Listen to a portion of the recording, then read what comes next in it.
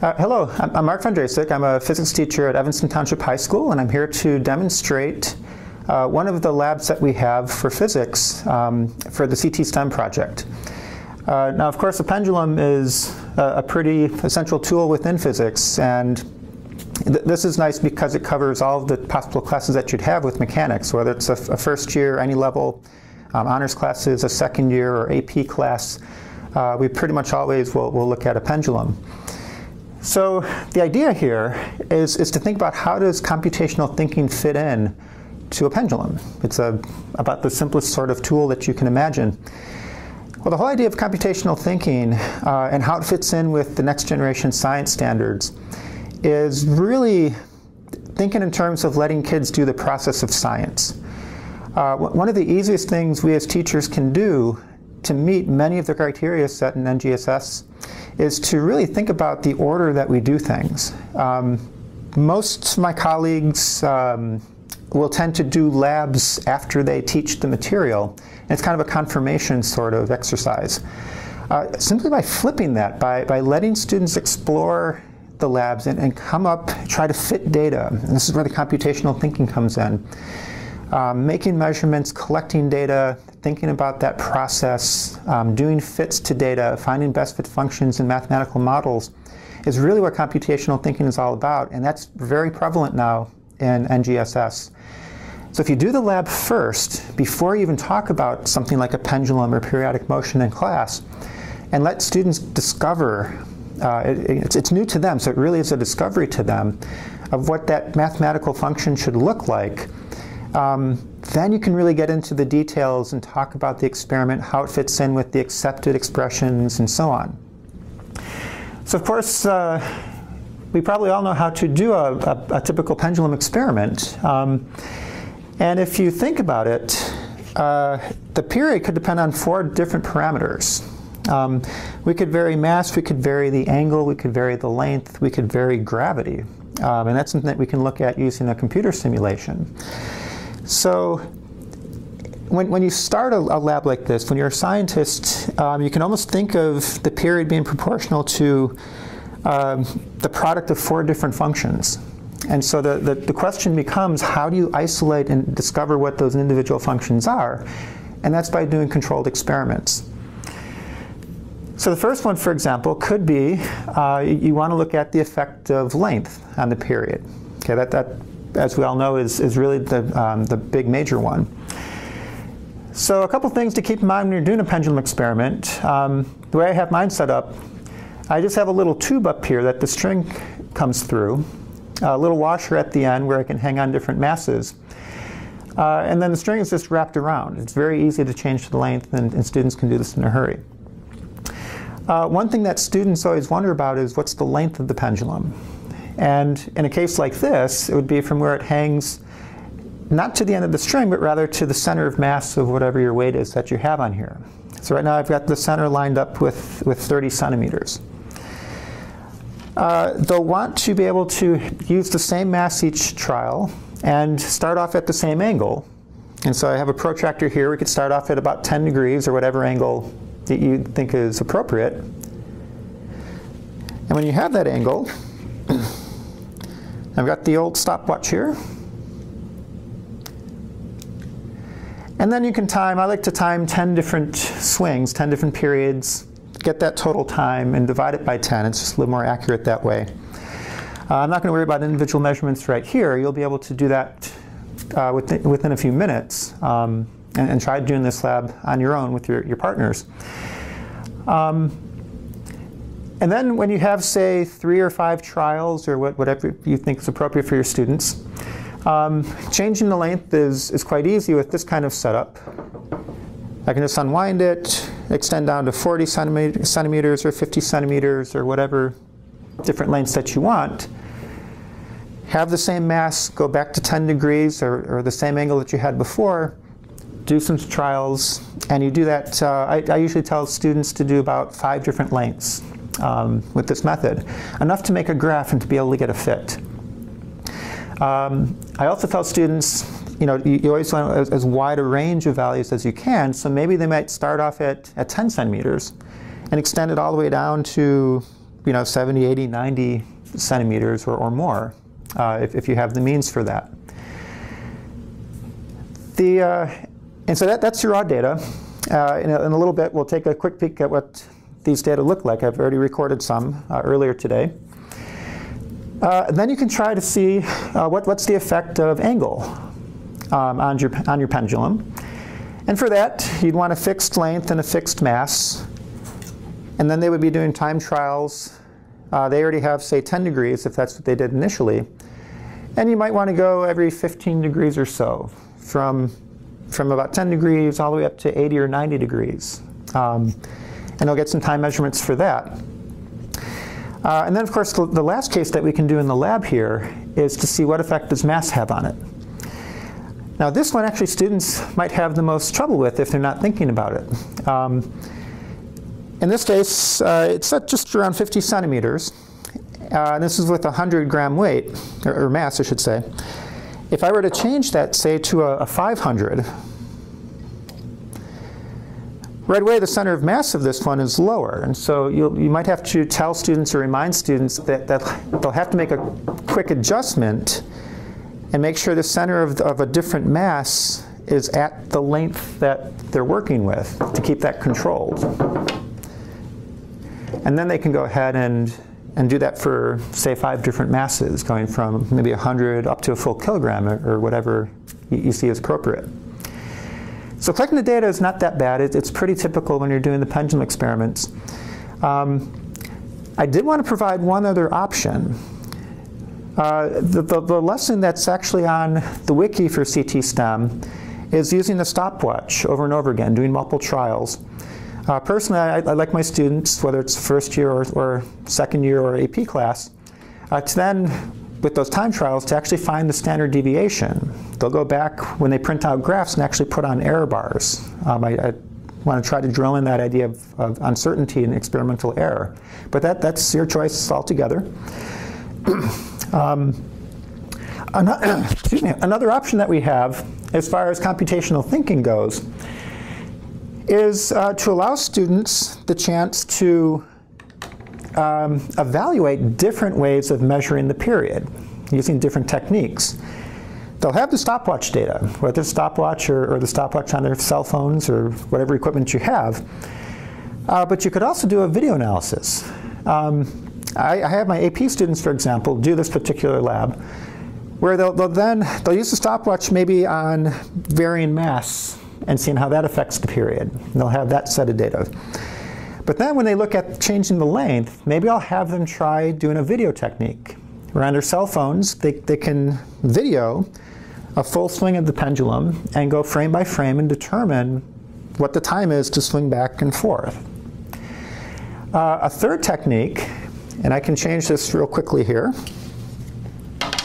is to use an electronic sensor. In particular, you could set up a pendulum hanging off of in this case, it's a vernier force sensor. And if I go into the software, oops, let me get a mass on here.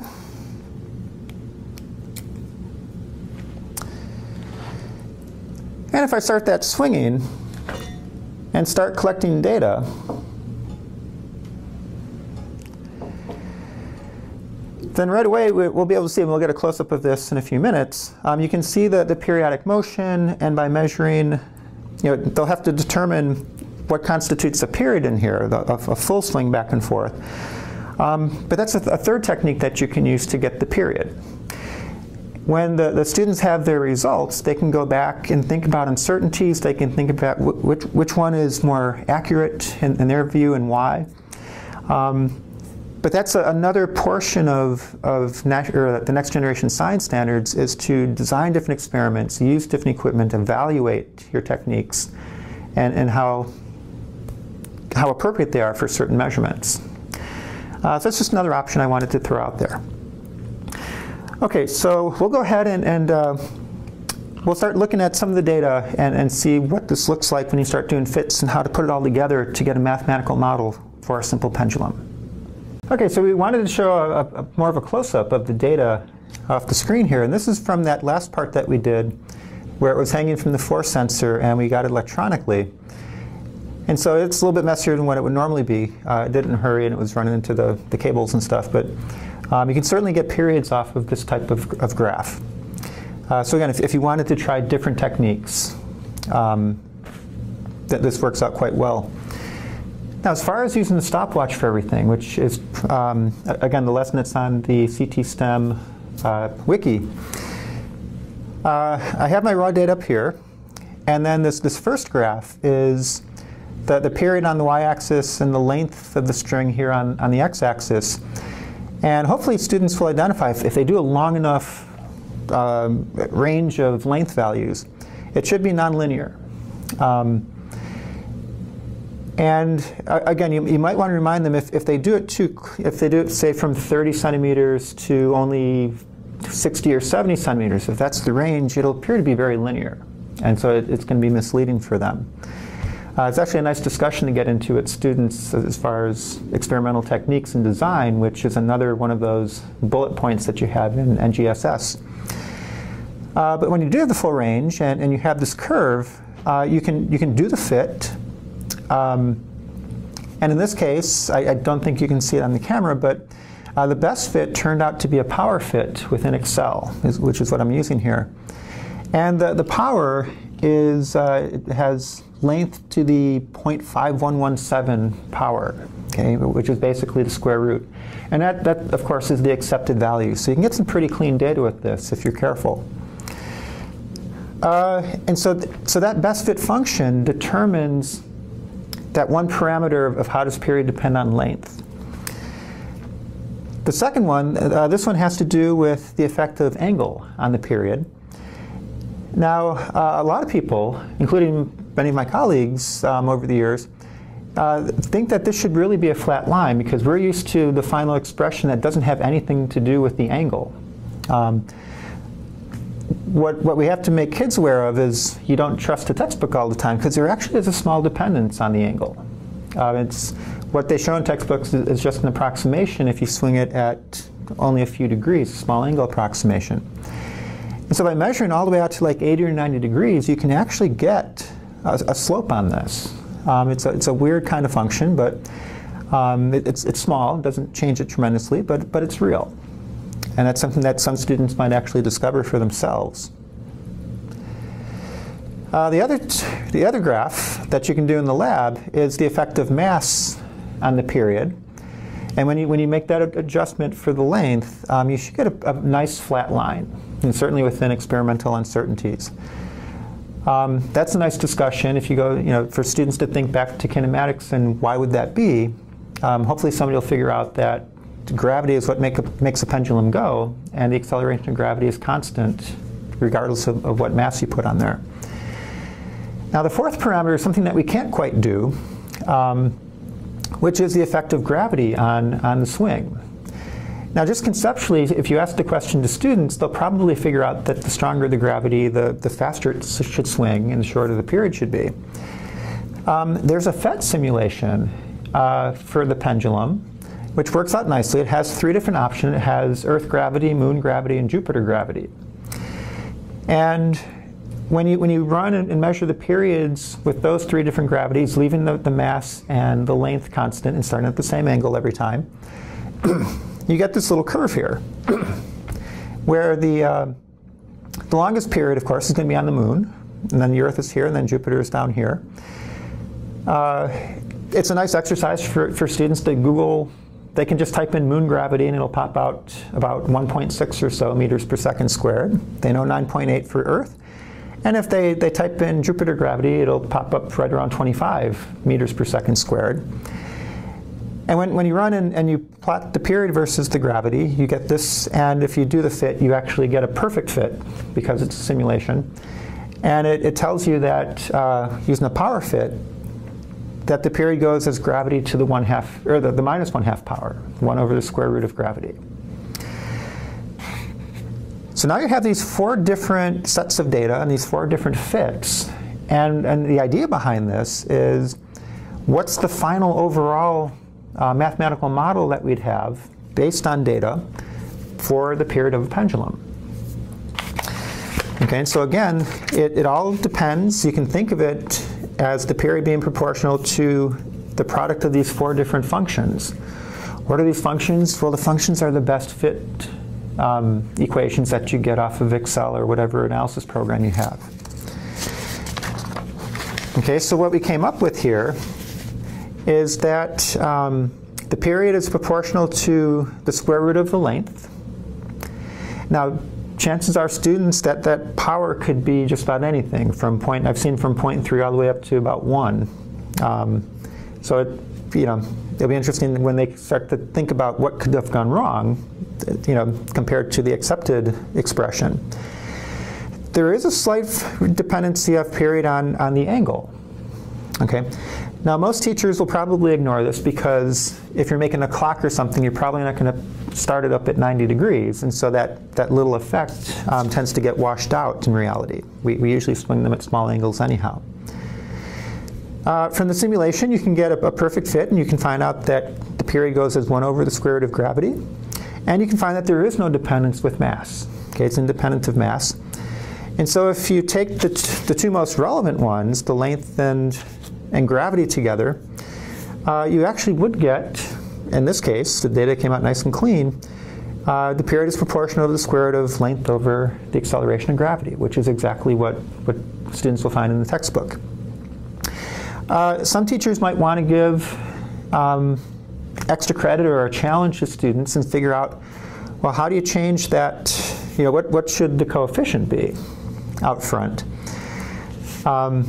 And that's kind of interesting because using the mathematical functions that I had, and when I put these together, just for the length, it had a function of 1.97 times the square root of the length.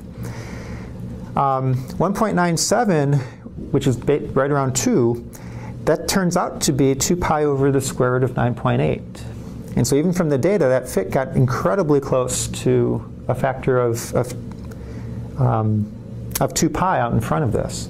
Okay, again, which is what you're going to find in the textbook. So you might want to have students play with that and see if they can get that proportionality constant to come out right. Okay, so I hope this helps kind of understand the way we're getting the computational thinking in. This is the computational thinking part here. Actually plotting data, using technology to help you get results for experiments or for different observations. Doing fits of data, finding best fits, putting multiple parameters together to get a more complicated function for something like a pendulum. Using computer simulations to help get you some of the data. And if you choose to, things like electronic sensors is another way of getting technology and computational thinking into the mix. So now it's time to try it on your own and get your own data sets and think in terms of what students are actually experiencing. Try to figure out what's appropriate for your classroom, for your students, what you're comfortable doing if you want to use stopwatches and everything versus multiple techniques. Instead of stopwatches, you may want to try a force sensor for every single part and keep that consistent, or use video techniques to get the period for every single part. This is your time now to try to figure those things out and make it appropriate for what you need to do for your own classes.